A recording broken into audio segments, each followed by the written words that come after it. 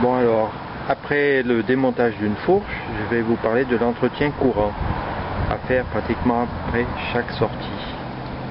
Le nettoyage des deux tubes, hein.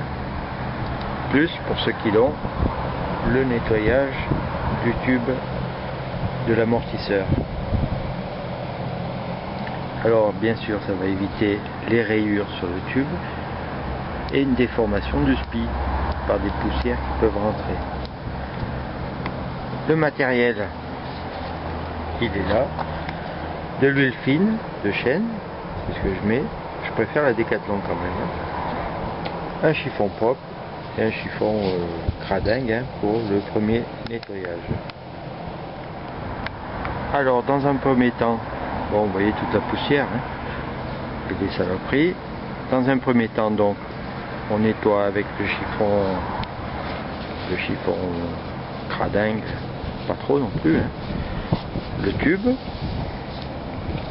On fait ça bien.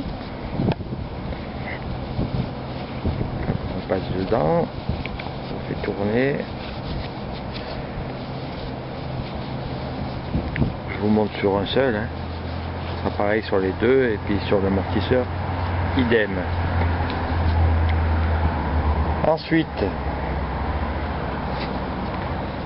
on lubrifie avec l'huile fine, on tâche d'en mettre tout autour, on laisse un peu couler, vous voyez que ça goûte.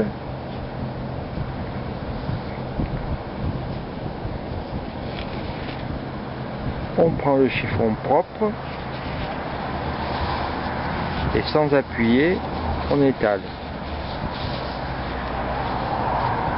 Il faut en mettre à peu près 2 partout. Mais sérieusement, je n'appuie pas, hein. En fait, je badigeonne, si on peut dire. Voilà. Et ensuite, on va mettre en compression pour que le racleur ramasse toute la poussière. Et ensuite, on évacue. La mise en compression, ben c'est simple, on appuie sur le frein avant. Et on y va. Voilà. Ça suffit.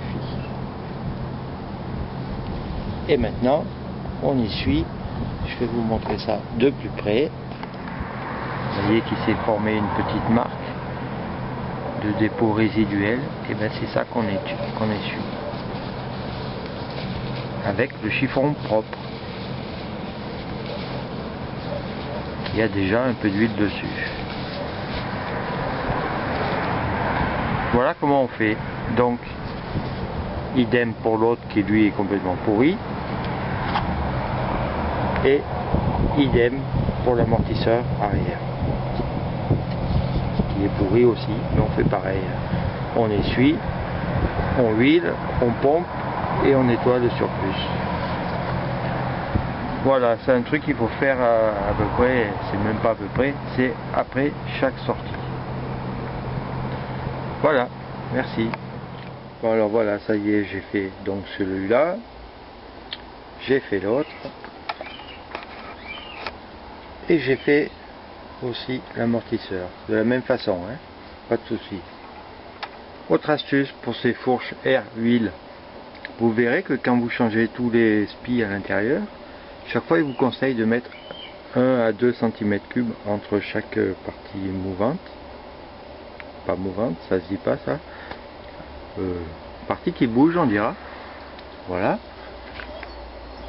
Et donc, vous verrez aussi que sous ce spi, il y a un feutre qui sert à la lubrification du spi là en dessous. Derrière, hein, on ne le voit pas, hein, il est dedans le tube, le fourreau.